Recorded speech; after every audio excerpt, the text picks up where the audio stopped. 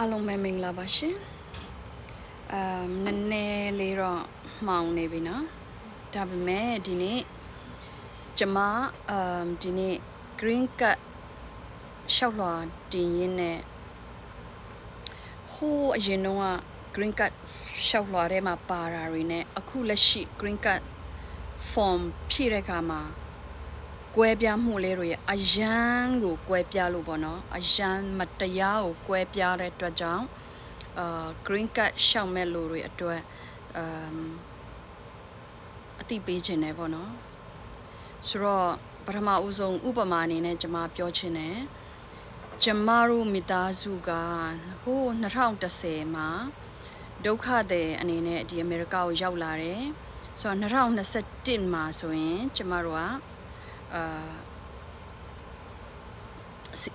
green card ရှောက်တယ်ပေါ့နော်အဲ့လိုရှောက်တဲ့ချိန်မှာစာမျက်နှာက6ခုပဲပါတယ်တဲ့လားစာမျက်နှာ6ခုပဲပါတယ်စာမျက်နှာ6မျက်နှာပဲကိုယ့်ရဲ့ personal information တွေသူတို့မေးတယ်ကိုယ့်ရဲ့သားသမီးတွေနာမည်တွေမေးတယ်အဲ့ဒါပဲပြီးရင်ရှောက်တယ်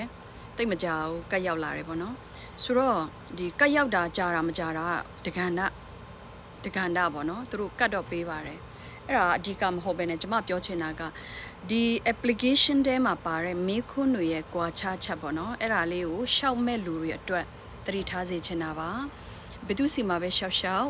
mic တူလဲ mic တူပေါ့နော်ဟိုကို form တင်လိုက်တဲ့ကို green card ရှောက်လိုက်တဲ့ mic တူလဲကိုစီမှာတစုံမရှိမနေတောင်းရပါမယ်ဆိုတော့အဲ့ဒီတုန်းက2017တုန်းကစာမျက်နှာ6ခုပဲပါတယ်ပြီးတော့2019လောက်မှာသူတို့ update လုပ်တယ်အဲ့ဒီ update လုပ်တဲ့နေရာမှာလဲစာမျက်နှာ14မျက်နှာလောက်ဖြစ်မယ်မေးခွန်းတွေတော့တော်တော်လေးသူတို့ထပ်ဖြည့်တယ်ပေါ့နော်ထပ်ဖြည့်တယ်ဆိုတော့အဲ့ဒီချိန်မှာလဲတိတ်ပြီးတော့အရာကြီးမများသေးပါဘူးပေါ့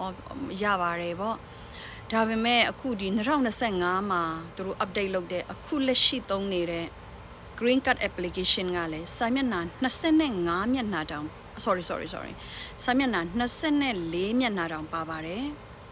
ဆိုတော့အရန်ကိုများပါတယ်သူတို့ pre screening ပေါ့နော်ဒီလူတယောက်ရဲ့အကျိုးအကြောင်းမင်းမြန်းတဲ့နေရာမှာလဲ citizen form တဲကပါတဲ့ဟာထက်ပိုပြီးတော့သူတို့မေးခွန်းများတာပိုများပါတယ်အခုလက်ရှိမှာ citizen application ဆိုရင်စာမျက်နှာ14ခုပဲပါတယ်အဲ့ဒီမှာကိုယ့်ရဲ့ personal information တွေဒီ work history တွေဘာတွေညာတွေအကုန်လုံးမေးပြီးတော့ part 9 citizen ရဲ့ part 9 yes or no question မှာဆိုရင်39ခုပဲပါတယ် citizen မှာတောင်ဒါပေမဲ့ဒီ green card လက်ရှိ application မှာအဲ့ဒီ part 9 yes or no question ကို86ခု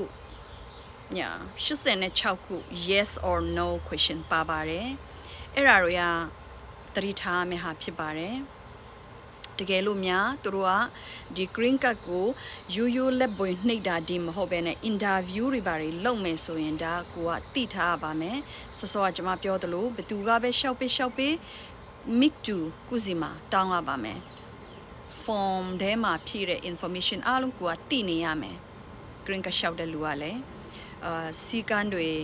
ကြက်တယ် pre screening လို့သူတို့ခေါ်တဲ့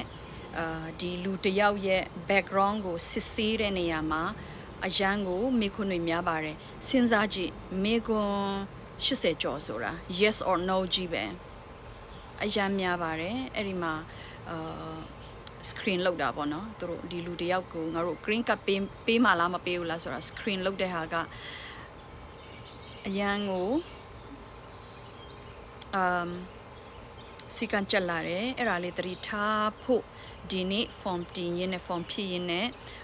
အရန်ကိုကွာခြားနေပါလားအရင်တော့ထက်ဆိုပြီးတော့လေသတိထားအောင်ဆိုပြီးတော့ကျွန်မအခုဒီညနေခင်းလေးမှာ sharing ပြန်လာလုပ်တာဖြစ်ပါတယ်ကိုယ်တိုင်လည်းပဲအခုကျွန်မပြောတာတွေမှန်လားမမှန်လားသိချင်ရင် USCIS website မှာကိုယ်တိုင်သွားစစ်ကြည့်လို့ရပါတယ်ဘယ်လောက်တောင်ကွာခြားမှုရှိတယ်လဲအရင်နှုန်းထက်ပေါ့နော်ဆိုတဲ့ဟာတွေသတိထားမယ့်အရာတွေဒီ yes or no တွေအဲ့ဒီအကြောင်းတွေအကုန်လုံးကိုကိုယ့်ဟာကိုယ်သွားကြည့်လို့ရပါတယ်လို့เนาะဆိုတော့ဒီ green card ရှောင်းမဲ့လူတွေအားလုံးအဆင်ပြေကြပါစေလို့ကျွန်မပြောချင်ပါတယ် bye bye